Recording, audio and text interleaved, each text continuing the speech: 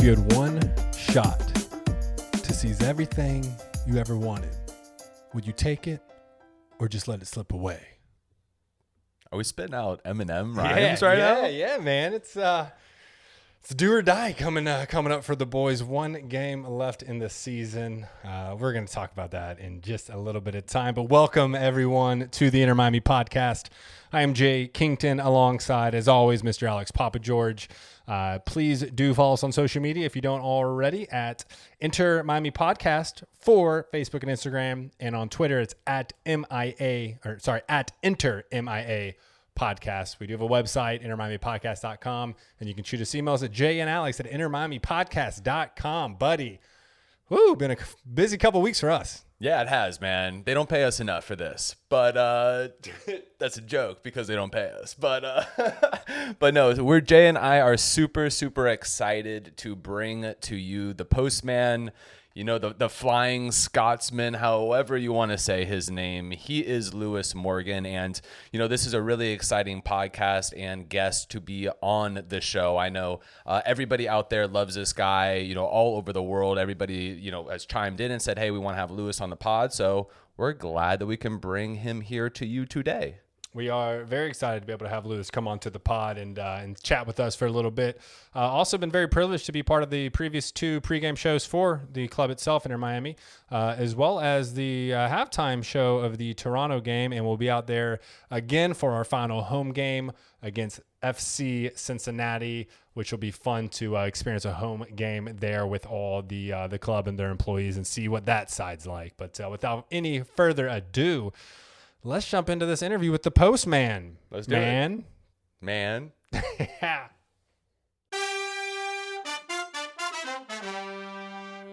What's up, everybody? And welcome back to the Inter Miami podcast. It is with great joy and excitement that Alex and I have the privilege of introducing our next guest for the next in our player interview series. And we have none other than Lewis Morgan himself. Lewis, how are you doing today? I'm all good, guys. Thanks for having me on. Been a long time coming, a lot of back and forth, but finally we're here, so look forward to it. Absolutely. Well, you know, you don't have to look far to find some of your biggest fans. We are, we got your back, and so does our audience. And it is absolutely thrilling to have you a part of the podcast today. So thanks for taking the time to join us. For sure. Thank you, guys. All right, so let's just kind of get into it. Tell us about, you know, your childhood and what it was like growing up in Scotland. We're a little bit away, so paint that picture for us.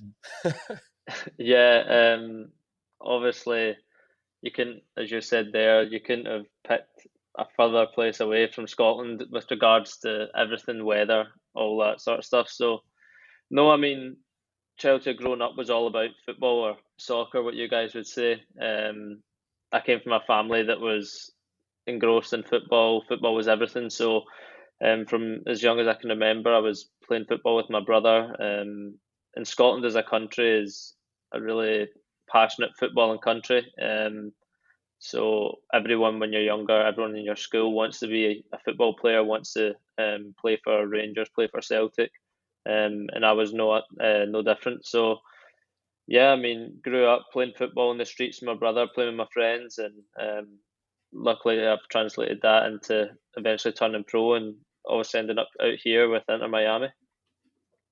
Excellent. Now, you mentioned your brother. Did he also play professionally? He didn't play professionally, but he played like regional level. Unfortunately for him, he picked up a couple of bad knee injuries, which sort of spelled the end for his footballing career. But he's been one of my greatest supporters, and obviously one of the main reasons why I'm where I am today. I'm lucky to, as I touched on there, have a family that was really big into football, and he helped me from a very young age develop skills and set me on the right path. Awesome. Brotherly love right there. That is some brotherly love. And obviously you're far away from your family, and, you know, we appreciate that more than most. But you talk to us a little bit about your family. I mean, Veronica speaks to us pretty much on a weekly basis. I know she's a big supporter of the fan, and so does Ellen. And, you know, I know we had to rope in your agent, John, to make this happen. But, you know, kind of tell us a little bit about the fans back at the Morgan household. Yeah, I mean, saying that we're like a football household would be would be underestimating it. Um, as you said there, my mum isn't shy in getting to know the fans, getting to know the club and the people that make the club what they are. And um, obviously, she loves all you guys. My dad's probably been the biggest influence in my career. I was lucky enough to have a father that would drive me to every training session, take me to every game, wind, rain, or snow, because obviously the weather in Scotland isn't as nice as here. So, yeah, it took a lot of commitment from my family. I come from a big family. I've got three sisters and one brother.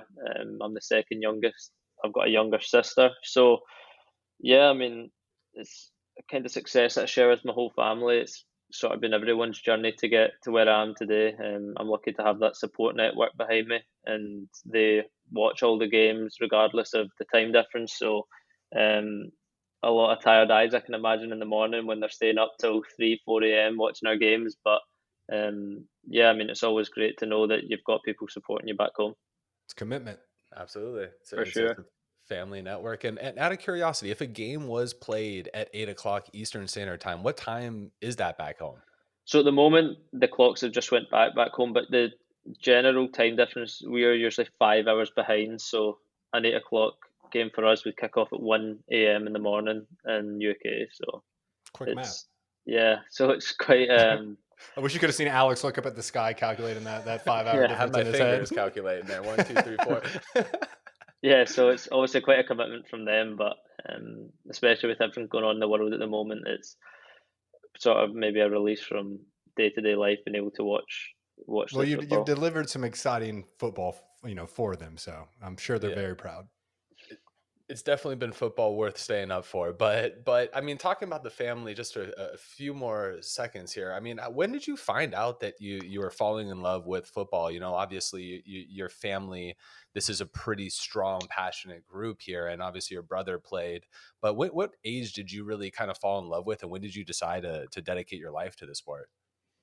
Yeah, I mean, as I said before, the Scotland's such a football dominated country that every young boy, um, is out kicking a ball basically. So before it's not really a conscious decision of falling in love with football. It's just something that's kind of thrust upon you. And as I say, playing every single day, without fail with my brother's friends, my friends, just kicking a ball around. It wasn't a conscious decision of, oh, I'm going to put my effort into this. It was just sort of, as I said, thrust upon me, and then eventually you fall in love with the game from there. So, um, yeah, coming from a country that is so dominated by one sport, that obviously helps in that regard, and it's so accessible. You don't need a lot of equipment, just a ball. You can go out in the street, kick it against the wall, and that was certainly something that I done from a very young age.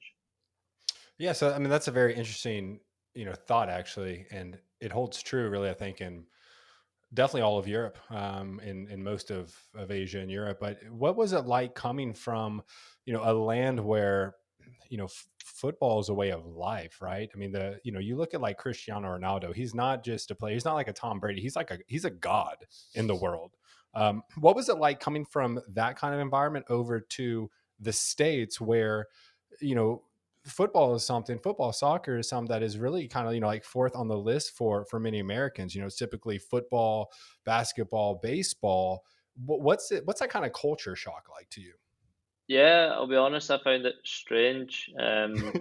With all with all due respect to the guys playing basketball, American football, baseball, these aren't sports that I would typically have been interested in. That's not to dampen how I, I respect them greatly as athletes. But as I said, coming from Europe where everything's football, there is no, I mean, you get some guys that maybe are into rugby, but outside of that, really football dominates everything. So coming here and getting away from where I lived in Scotland, everyone knows who you are, everyone knows what you do, because everyone loves football.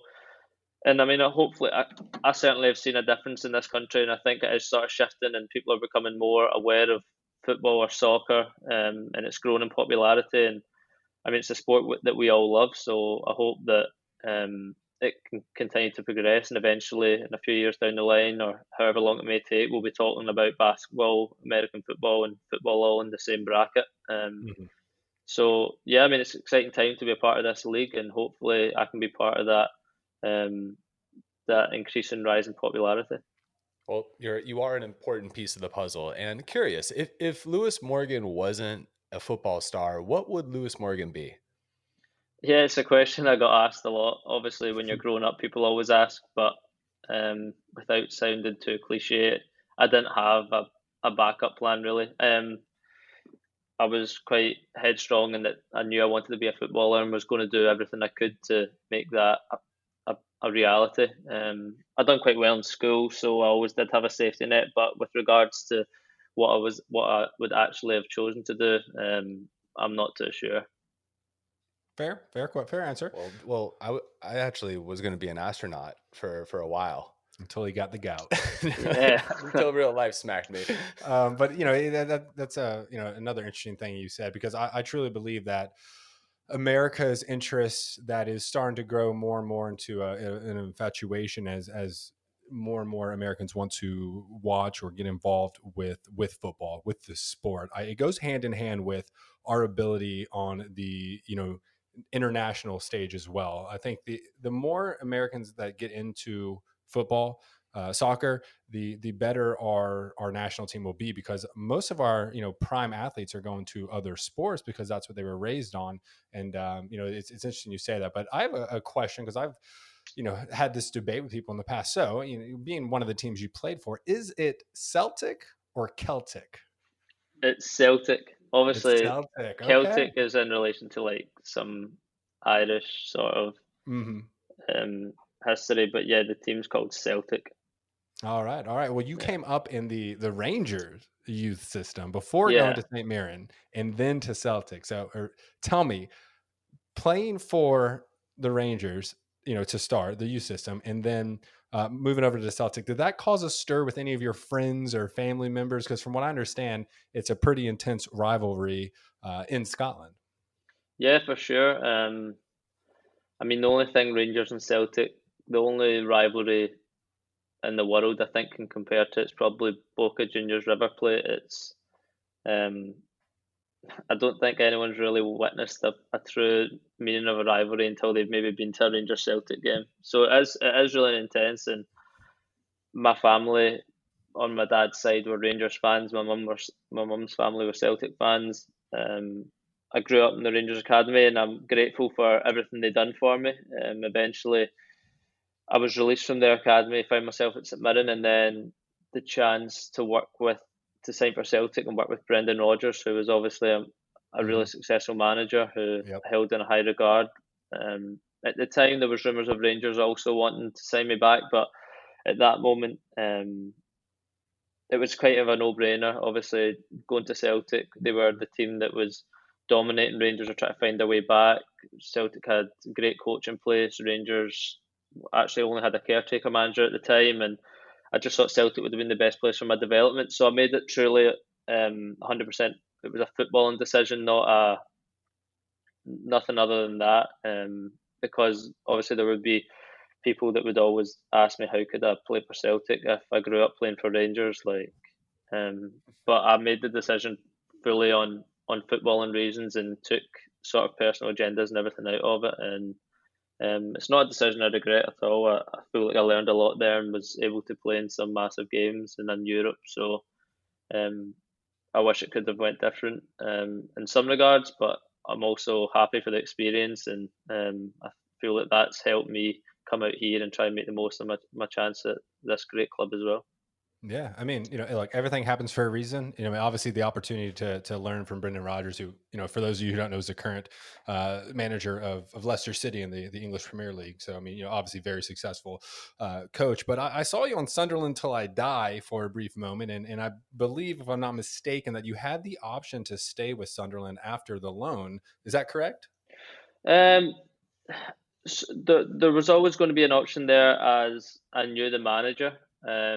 I'd worked with the manager at St Mirren and someone I held in really high regard, almost up there with Brendan Rodgers in terms of coaching ability and things like that. So it was something that was spoken about, but Once my loan deal was finished, I was kind of set on going back to Celtic and trying to force myself into the team there. So, I mean, yeah, it was always bubbling along the background that might have been a possibility, but in the end, I decided to go back to Celtic.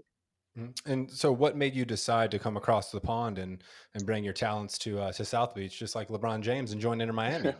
Yeah, I mean, it was just that freshness factor, really. Obviously, once I'd first heard of the interest a few months before the actual move materialised, and it was something that as soon as I'd heard of, um, it was exciting. You know, with the owners involved at the club, the scale they were doing everything on, and the project that they were trying to create this exciting place that wants to be successful, and um, I really bought into that project, and it was something that I wanted to be a part of. And be honest, did David Beckham have any influence on that decision to come to Inter Miami? Obviously, he is who he is, and did that have any type of effect on the decision making process? Yeah, I mean, obviously having someone like that is only going to be a help, especially from someone coming from the UK. I've grown up when I was growing up watching football, he was a superstar, really. So of course that came into the equation, and when I heard of the team's interest and knew that he was part of it, it was just all the more reason for me really to make the decision to come out here. I'm sure. And I mean, for, we see you on the pitch every match day. And I guess in Lewis Morgan's words, how would you describe the type of player you are and, your approach to the game, the preparation, your mindset, things like that? Um, it's probably one of the hardest things to try and talk about yourself as a player. I guess I'm someone who tries to be exciting. I'm quite direct. Always want to run at the fullback I'm playing against, and probably one of my biggest qualities is that I like to take risks. I know as an attacking player, you can give the ball away 9 times out of 10, and the other time creates a goal. So um, I feel like I'm quite confident in that I'm not scared to try things and give the ball away, and I always want the ball again and try again. And I like to have that responsibility on my shoulders of someone who's got to help the team and be a protagonist and try and help us win games rather than just blend in, really. So I'm always trying to stand out. I'm always trying to do things that will help the team, and obviously first and foremost to try to work hard for the team as well. Because even as an attacking player, you've got to help out in the defensive side of the game. So I mean, yeah, it's hard to talk about yourself as a player. You guys are probably a better judge of it than me because you can see from the outside. But No, yeah, no need to be too humble. I mean, okay, so, I've never seen you really complain in a game. I don't know if I've ever seen your arms up in the air outside of when you're, letting them know you make their runs when you're making a set piece. But obviously, shout out to Veronica and your father. You were raised with class, so don't feel embarrassed to talk about yourself because that's the stuff the fans want to know, man. yeah, yes, I guess.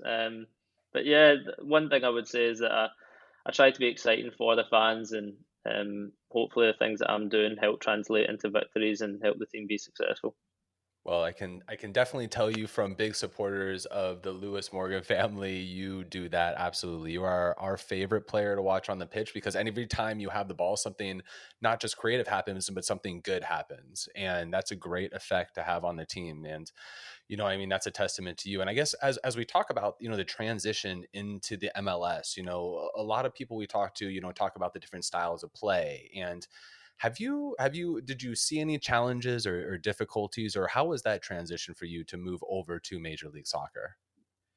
Um, Obviously, I felt like I did have a kind of feeling out process, trying to find my feet. The sort of first maybe 7 or 8 games were quite slow for myself. But the game here is actually very similar to the Scottish League in the terms of it's very intense, really high pace. Some of the European games I've played are maybe a little more tactical, and you get probably more time in the ball. But the games in the league here and the games when you're playing back in Scotland in the league are very similar with regards to the tempo the game's played at, and there's loads of good athletes in this league. Same back in Scotland, and the tempo is really high.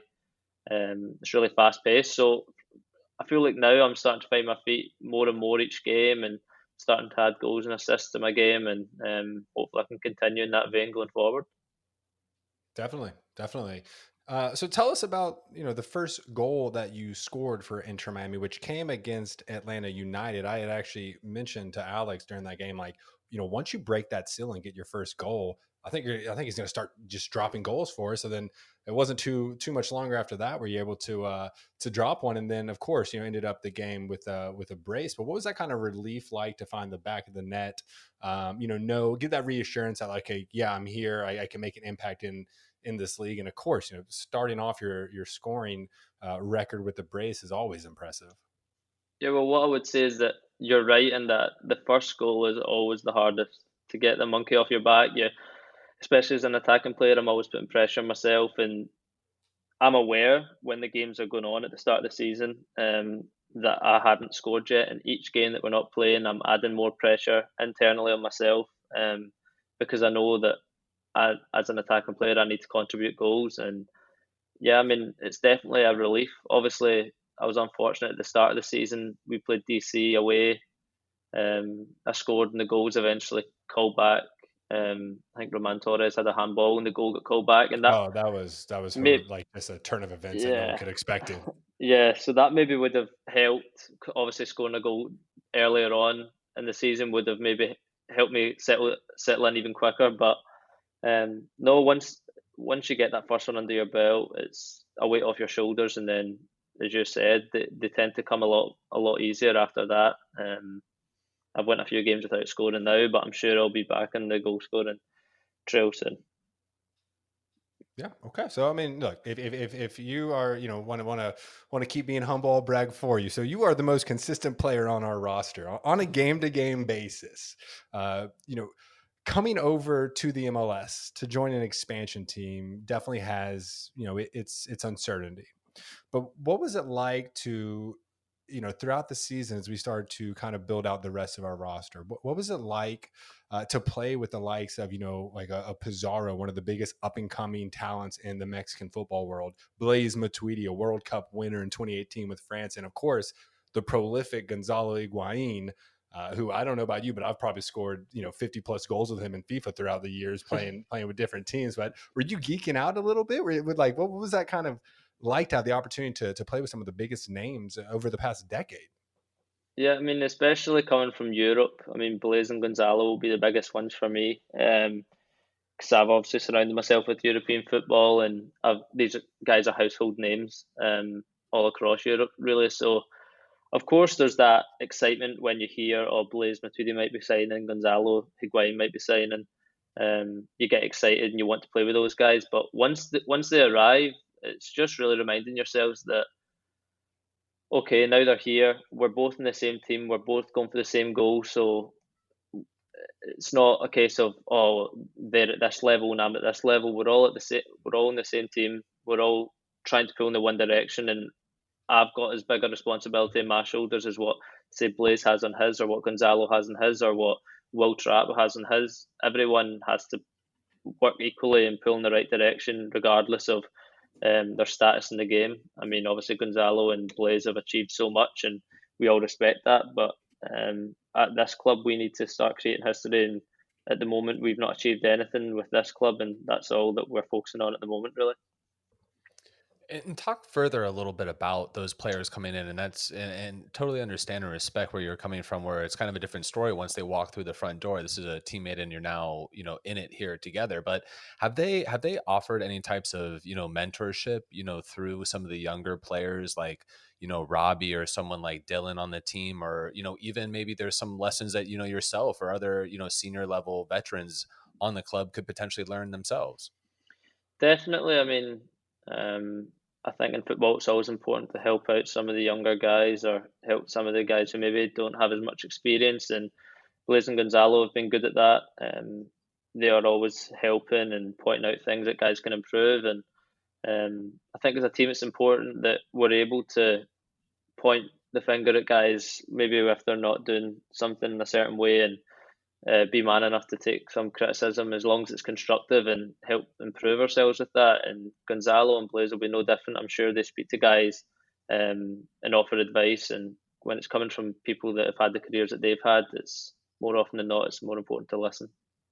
Absolutely. Absolutely. And I mean, we're talking about, the more mentorship role here and, kind of being, I guess, the lead mentor here is Diego Alonso. I mean, he's, kind of the head of the snake, I guess, or, the leader of the group as the head coach. What's your experience been playing underneath Diego thus far?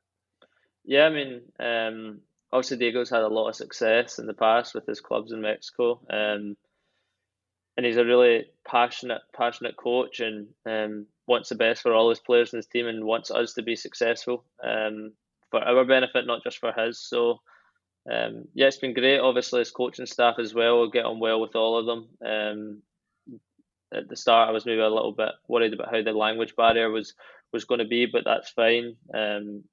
Communication and everything like that's been great, and Diego and his coaching staff can only prepare us so much. As soon as we cross the white line, it's down to us as players, and the season hasn't gone as successful as we wanted it to, but all it really matters is try to get into those playoff positions, and then anything can happen. So, yeah, I mean, the coaches are setting us up, and they're giving us all the tools to hopefully go out there and perform.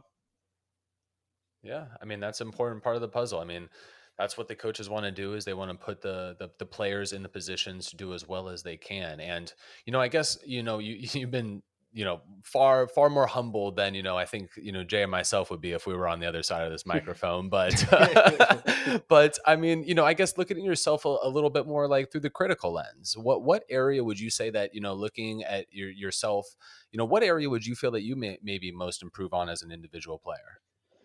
I mean, there's so many areas that really you need to constantly striving to improve and better in yourself. And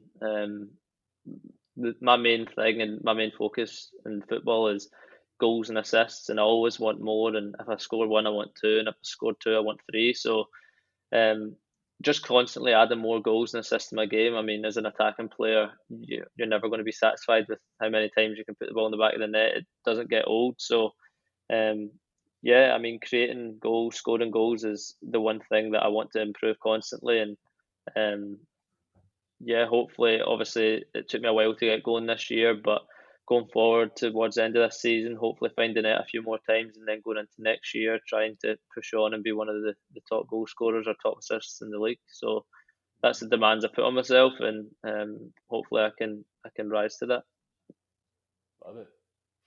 What is the mentality of the team currently, right? So I mean, obviously, the last game, I think everybody involved was hoping for a better result, but as we look to close out the regular season and make a push for the playoffs, kind of bring us into the locker room a little bit if you can, and kind of explain, how the team is viewing the last two games and the mentality they have about, finding success in these last two games. Yeah, I mean, one thing that we're aware of is that it's in our own hands, really. Our destinies really all down to us. I mean, if we can take care of these next two games, hopefully get maximum points, then that will see us into the playoffs, and then from there, anything's possible. Um, and football always gives you a chance to right your wrongs, and there's not enough time really to dwell on the past game against Dallas because we've got a massive game coming up against Toronto. So, um, yeah, I mean, we're excited, we're motivated, and we're wanting to achieve that not only for ourselves but for the fans also. Awesome. And we're actually having the privilege to go back to the stadium to be part of the pregame show for the Toronto match. So we definitely look forward to, seeing the team perform and of course, seeing your own individual performance. Because again, you never let us down. And I want to thank you for, being intimate with your answers. Again, more player related and team related, but now let's kind of cut loose a little bit, have a little bit more fun, a little bit more get to know Lewis as a person. And I'll go ahead and start this one off, but outside of football, what do you consider your greatest achievement? It's a big It's one. like a college I application know, you question. write an Like, essay on it. yeah. I believe Yeah, they I call mean, it university in Europe, but yeah, I mean, off the top of my head, I can't even really think of anything. When you play football, obviously that really becomes your life, so there's not much time for anything else outside of that. One thing I Yeah. would say is that I'm an avid golfer, so um, anytime I get the chance to play golf, that's something I enjoy doing. But in terms of achievement, I mean, most of my achievements are based in football, so I can't think off the top of my head. Now, golf's a hot topic down here in South Florida. Are you sitting at a scratch golfer or are you playing any handicap? No, so I probably play off a handicap of around 6 or 7, but that in Scotland Wow. the courses there are a lot more difficult than here to say the least. So I'm not sure. The, I'm the not sure what my handicap disrespect. would be No, I'm out here. kidding. Um, Well, I mean, but yeah, because golf was invented in Scotland. yeah, yeah, the home Mhm. of golf. Well, unfortunately, Lewis, we can't play. I'm sitting about a We can 30. play, I'm but sitting yeah, about 38 handicap it's right not now, gonna be so it's not going to be pretty. fun. Yeah. What's your favorite course in Scotland? There's a course called Loch Lomond, which is one of the toughest courses in the world, I think, to get on. They don't really let anyone play. And the Scottish Open usually is held there, and it's yeah, a lovely course. I mean, most of the courses in Scotland are very unforgiving. The roughs as high as your kneecaps, so if you don't hit the fairway, you go through about 10 balls a round. So, um, yeah, I mean, obviously conditions there also aren't the best for low scoring rounds, but um, yeah, I mean, golf's a passion of mine. It's something I loved doing when I was younger as well, and try to get the right balance between that and obviously playing football is it's a good getaway sometimes. Yeah, well, so you play a lot better than I do. I'll go about through 10 balls around down here, and on just the fairway. So, that's not too shabby with knee high That grass. might be like an eyesight problem. No, that's just I can't swing slow, and I just blast it. but I mean, do you enjoy being down here in the tropics of South Florida? It's definitely different than Scotland, but what do you miss most about being back in Scotland? Yeah, I mean, obviously family and friends goes without saying. You miss them. One thing that might be a bit controversial is that I miss the cold weather. I actually enjoyed the game at Dallas away there when obviously we do Celsius, but I think in Fahrenheit it was like 42 Yeah, degrees or 40. something. So, yeah, that was something that I loved being back a part of because it can get quite warm here. So outside the family and friends, I'm probably missing putting a Okay. jumper on and going outside. I'm right there with you. I miss my pea coat. It just sits in my closet and collects dust, and I only get to bring it out when I travel back Yeah, home. It's sad, but it's okay. So, here's something I'm really interested in. So, what is your favorite Scottish cult item of the following? A. Iron Brew. B. Buckfast. Or C. Smokies. 100% I am brew. I mean, but um, I've actually had a couple of the guys out here try it because you can get it and like I'm sure Publix have it in like the international section. So yeah, I mean, we're proud of we're proud of Iron Brew. That's like the almost the national drink of Scotland. So It is. It for is. anyone that hasn't tried it, I'd implore you to find it and give it a go and let us know your thoughts. I did not know that it was in the international section of Publix, so I'm gonna have to try and search for it. But this the B option has always been something I've been very intrigued about. Like when you were maybe in your youth or cutting loose on the weekends, is Buck Fast like that big of a thing over in Scotland? I'm sure it is. I mean, myself, I don't actually drink, so it's not something I can say that I've tried. But yeah, I mean, my friends have tried it, or it's a common thing, as you said, when you're younger. But yeah, I mean, it's definitely popular. I mean, I'm not sure why, but I'll stick to the Irn-Bru.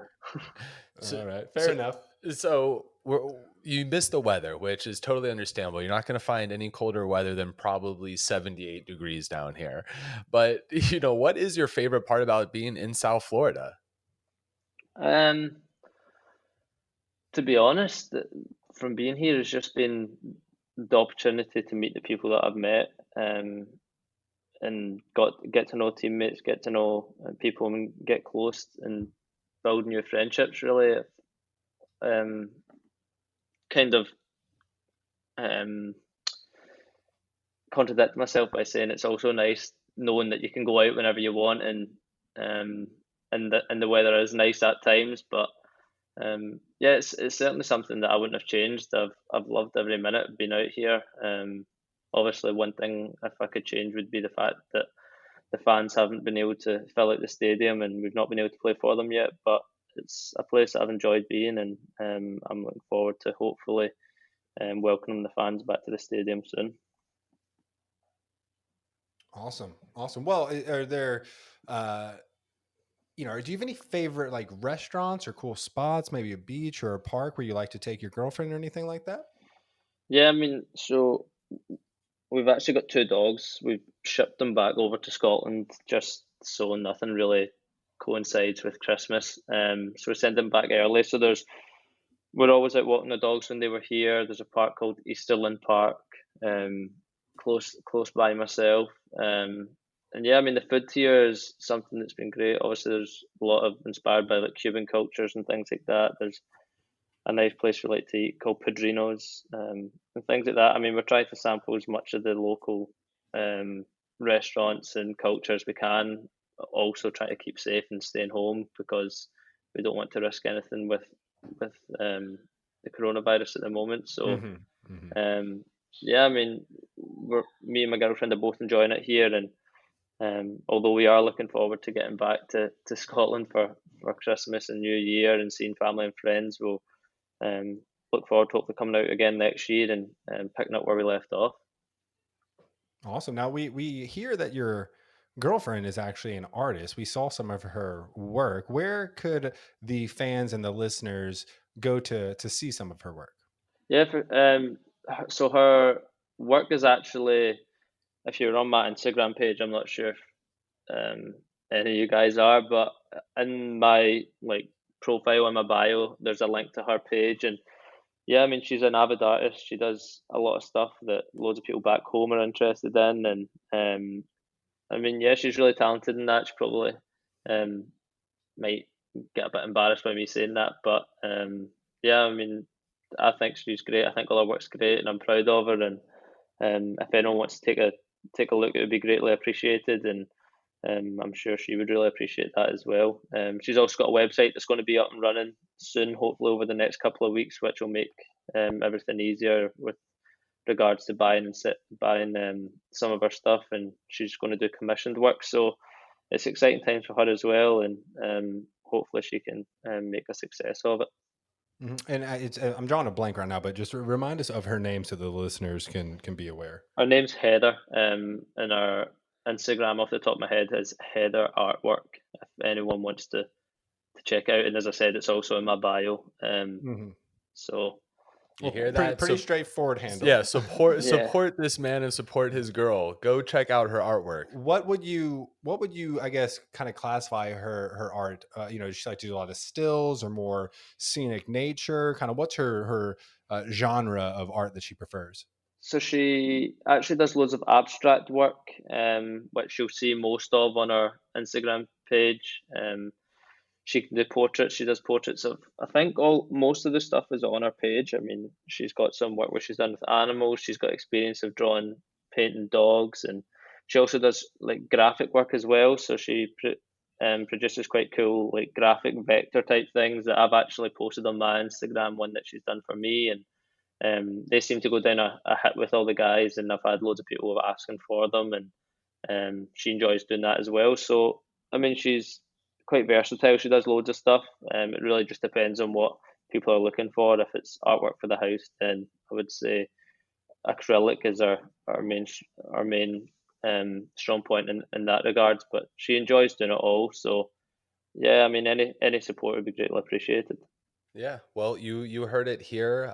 It sounds like the link is on Lewis's Instagram page. We're gonna go ahead and share a link to her page as well. So all you Inter Miami podcast fans, do go ahead and take a peek and go check out her work. It's awesome. So, as we kind of come to the tail end of this interview, Lewis, one question that we really enjoy asking is, who is what is the player on the team that you find the funniest? And if you can share potentially one story from that person over the course of the year. That's a good question. I find John McCarthy quite funny. I mean, I'm just coming to know that, like when people say, "Oh, this guy's from Philly," I'm kind of come to terms with what that means. He's no no filter. I I love mean, that. talking about obviously going back to when Gonzalo and Blaze are coming in, and there might be that sort of aura around him where people maybe respect him so much where they don't shout at them. That's not the case for John. I remember Gonzalo's first training session, John screaming at him. So yeah, I mean, he's a funny guy, and as I said, no filter, which would go down well in Scotland because people are like that in Scotland as well. So he's someone whose humour I can translate to quite and relate to, sorry, quite well. Oh man, that's gonna make so many of my friends happy. There's quite a following of those Philly boys, but but Jay has taken the official privilege, I guess, as dubbing you the Postman. Now, let's be honest. How do you feel about that name? Do you know what that name even means? And was there a nickname that potentially when you were growing up that you like a little bit better? No, I mean, I'm happy with that. I'm taking it. It means about delivering. Hey. So Exactly. It's yeah, because you always deliver a yeah, goal or a beautiful assist. Yeah. Okay. So there we go. Jay is smiling from cheek to cheek just for you to know right now, Lewis. He's been waiting Well, a for few of that. our listeners reached out. They're like, no, I'm not really feeling that. I like the Flying Scotsman. I'm like, well, personally, like the only flying name I'll agree to is the Flying Dutchman and Iron Robin. But I yeah, love the Postman. So yeah, I'm happy. You made my day, bud. yeah. We'll stick with that. How do you spend your off time? Do you have any particular hobbies, or any big plans for the off season break? I know you mentioned going back for the holidays. Yeah, I mean, nothing more than I really touched on there. Obviously, spending time with my girlfriend or our dogs. We like to take them out and keep them occupied. And another off chance I would get would be golf. But yeah, looking forward to hopefully having a successful end of the season first and foremost, and then getting back to see family. Obviously, it's been tough this year. We've not had the chance of spending time with them, and I know especially for my girlfriend, she's made a big commitment coming out here, and obviously that's something that I don't take for granted, and I'm looking forward to her also getting to go back and see her parents and her grandparents, and yeah, I mean, I'm not a sort of party guy. I don't drink, as I said, so I'm quite more chilled out, family orientated, and don't get up to anything too exciting, really. Okay, no, good answer. So just kind of wrapping this up, I guess, with our final question that we always end every interview with is: are there any, is there any special message you'd like to send out to the fans? It's been obviously a very um, interesting opening season, to say the least, with all the coronavirus and stop and go and having weeks in between games. Is there anything that you want to say to the fans as we're continue to wrap up the season? I suppose it would just be from the bottom of our hearts, thank you for the continued support. I mean, I know how hard it's been on them. Obviously, they've waited so long for this season, the inaugural season, and then to be denied the chance to fill out the stadium and come and watch their team must have been tough. And their support hasn't gone unnoticed. We heard them when it was pouring down with rain, lightning outside the stadium singing. And even going back to our last home game against Orlando, when we go one goal down and they're still right behind us. And eventually, I think without those fans in the stadium, we probably don't win that game 2-1. So it would just be to ask them to keep backing us and keep turning out in their numbers and singing and being supportive of the guys. And we really appreciate it. And it definitely does help drag that extra inch out of you when you know the fans are as passionate as Inter Miami ones. And as I said earlier, I'm looking forward to seeing them all in the stadium if and when it's allowed. And until then, yeah, just keep supporting the guys, and hopefully we can repay you because your support merits that. Awesome. And I mean, they're equally as excited to be able to get out there in person, and hopefully all this stuff blows over sooner than later and we can pack that stadium out and give it the, the proper home opener that all the fans and of course you guys as the players also deserve. I mean, Lewis, thank you so much for carving out the time. I know this is still, a very busy time for you as, again, the team's finishing out the season. I'm sure you're probably flying off to, up north either probably tomorrow or Sunday or something like that. Yeah, we're just going to head up there on Sunday. Obviously, we're trying to limit sort of like staying in hotels and things like that with everything going on. Mhm. So it's usually just done in the one day, all our traveling. So yeah, big game on Sunday, and hopefully we can, as I say, make the fans proud and get 3 points or and be successful and get something out of the game. Definitely. We would love to see that for sure. And again, I mean, thank you for just from the bottom of our hearts. This is something that we were very excited about. We know the fans and the listeners are going to, love to hear more about you. So thank you so much. No, thank you so much for having us on, guys. Thank you. No problem, Lewis. Have a good one. All right, guys, take care. There it is, folks. Lewis, the Postman Morgan himself. What an absolute pleasure to have him on the podcast with you and me, bud. He's just such a good, generous guy. It's hard. We said it a few times in the interview, but we got to do the bragging for this guy. We do. You can tell he's raised right. Big shout out to Lewis, his family, everyone. We love them all. Really group effort to get all that coordinated. We did finish up with one game left in the season. We did have an upsetting result against Toronto FC after going up 1-0 in the first half off a nice goal by Blaise Matuidi. His first official goal, as that goal in the Orlando City game technically was an own goal, but we still needed him to kick it for it to happen. And then the second half, everything turned around while our ad hoc defense did hold up quite well. They weren't able to sustain for the full 90 minutes. Kind of disappointed we didn't see earlier substitutions from Diego Alonso, but ended up having Ayo Akinola score on us. And then Ben Sweat gave up a late penalty, kind of boneheaded play, unfortunately, and they converted the penalty. We could not get back into the game. Had a nice chance right before the penalty from Gonzalo Higuain, trying to curl it in from outside the box. But it did not go in, so here we are. One game left. Destiny is in our hands, as well as the hands of 3 other MLS teams. Yeah, that shot by Higuain might be the best miss you've seen all year. Yeah, that would have been definitely Inter Miami's goal of the year and probably a contender for MLS goal of the year. Super important game coming up here against Cincinnati. It is actually potentially our last game of the season. Obviously, we don't want that to happen, but if it is, we got to show out in numbers, Jay. This is at our home stadium. We've had a great record at home this year. It's really been away matches where we've slipped up, but we're really excited to be with everybody before the game, but then we're going to be with everybody in the stands as the game is going on. So we're going to be cheering our club on, Jay. It's going to be pretty exciting come this weekend. It's going to be a good time. We'll have fans there again. This is a team that we definitely, should beat, but that doesn't always mean we will beat them. But we need to get some solid results here. Let's finish this year with a dub. Yeah, let's finish the year with a dub. We also need to watch out for Chicago and Atlanta.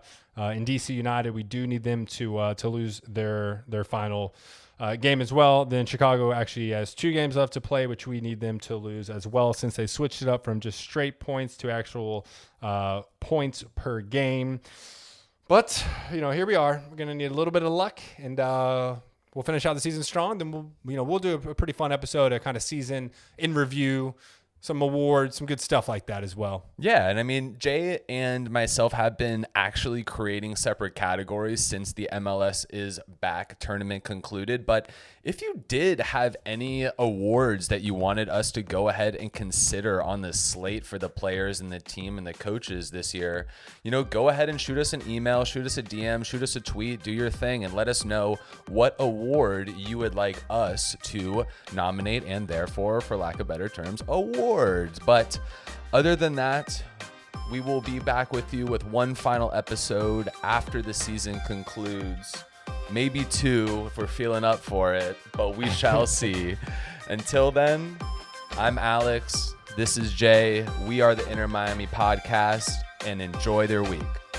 Vamos Miami. Vamos Miami. And boo Chicago, Atlanta, and DC.